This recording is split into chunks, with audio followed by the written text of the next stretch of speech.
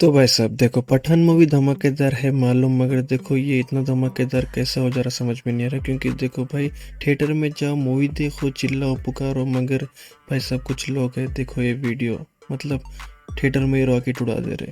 क्या चल रहा है भाई? कैसे कैसे लोग रहते हैं यार यहाँ पर। मतलब भाई ऐसा मत करो सच्ची में। थोड़े लोग मूवी देखने आते, मूवी देख के जाते, ये ऐसे हरकत करे तो भाई मूवी मतलब जो थिएटर है, ये कौन सा थिएटर है वो भी नहीं मालूम है इसका, खाली बस वीडियो आया। बहुत डेंजर है, ऐसा मत करो भाई सच्ची में। बस जाओ मूवी देखो, सेलिब्रेट करो, मस्त मूवी है, मगर अगर ऐसा करोगे तो देखो फिर से वो बॉयकॉट बॉयकॉट स्टार्ट हो जाएगा।